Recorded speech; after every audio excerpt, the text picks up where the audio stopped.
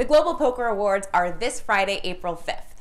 There's been a lot of talk about events or people that may have been overlooked in some of the categories. So I'm going to give them that recognition now. Here are some people and events that should have been nominated for the Global Poker Awards.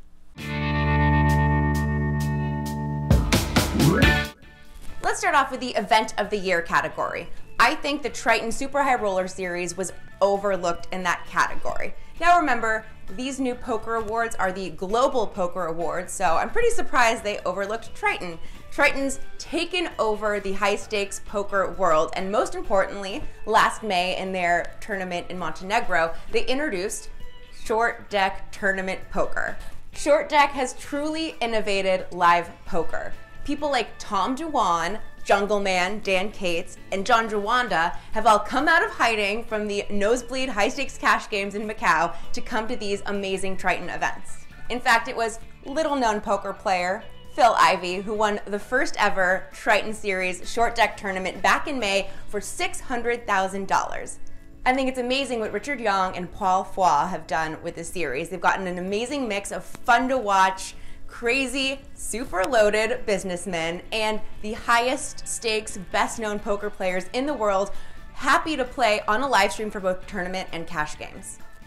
I think this was a huge oversight for the GPI nominating committee. Since it is the Global Poker Awards, which I said before, it's crazy there are no tournaments or players or series that were nominated from either Asia or Australia, and those are two of the biggest markets. We could actually even talk about Aussie Millions not being nominated for anything this year. Remember, these are all from the events from 2018, so we'll see what happens next year. Triton Poker seems to advertise and tease out that they're going to be having the biggest buy-in poker tournament ever.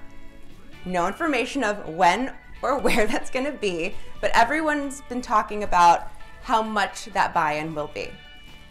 We assume it's going to be just a little bit more than the big one for one drop that was in Monte Carlo a few years ago, so just over 1.1 million euro. Of course, as we get details, we'll keep you posted on PokerNews about that. I think that must be a shoo-in for next year's Event of the Year.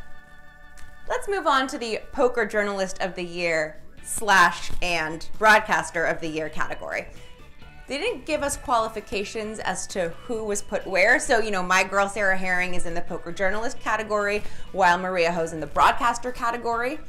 I'm not sure if it's something to do with being on a live stream or televised.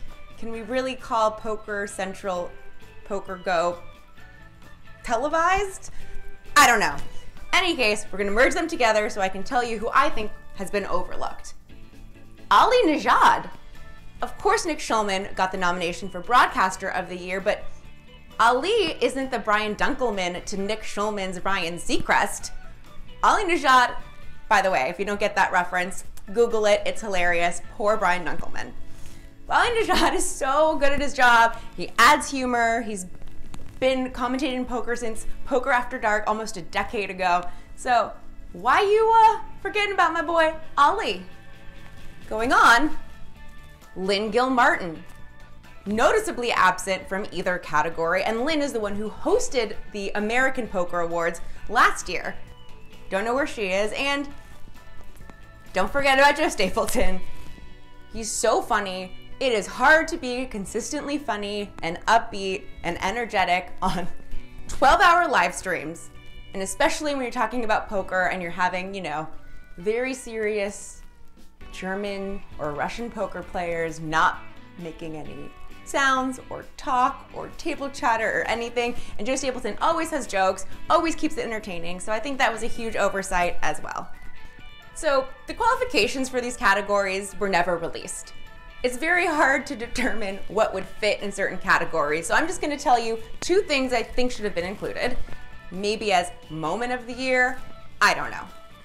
First up, Shaun Deeb winning WSOP Player of the Year. Shaun Deeb is such a well-known poker personality, love him or hate him. I particularly love Shaun, I think he's hilarious.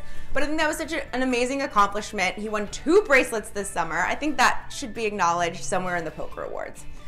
Next up, again, not sure if this is a poker moment, but I think the introduction of the big blind ante should be acknowledged in some way. I tried to look this up and I couldn't find the tournament director that started the big blind ante, but I think someone should take credit for it. I will if no one else will. But I think it should be acknowledged because that's really also changed poker in 2018 and 2019. And finally, the most controversial category at this year's GPI Awards, the Video Blogger of the Year, or Vlogger. I had to Google this because I didn't know, but here's the difference between a YouTuber and a vlogger. A YouTuber is anyone who posts consistently onto YouTube. A vlogger is someone who films their everyday life, edits it together, and then posts it onto YouTube. So all vloggers are YouTubers, but not all YouTubers are vloggers. This is where GPI got this wrong. They nominated both Doug Polk and Joey Ingram into the vlogger category. They're not vloggers, they're YouTubers, YouTube personalities. They just speak to the camera like me. They don't film their life, put it together, and upload it onto YouTube. That being said, Doug Polk and Joey Ingram are the pinnacle YouTubers for poker, but that's not what the award is for. Here's some people they may have left out.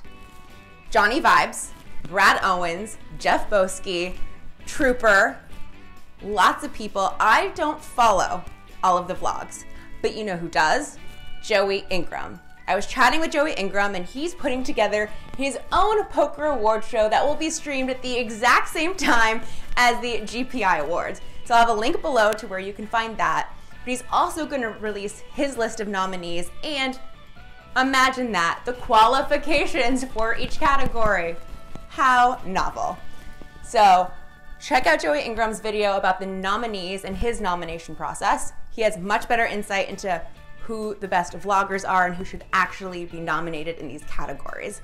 I'll come back to you with a list of all the winners at the end of next week. I'll actually be doing some Instagram Live and Facebook Live from the award show. So follow PokerNews on Instagram, subscribe here, and ta-da, we're all done.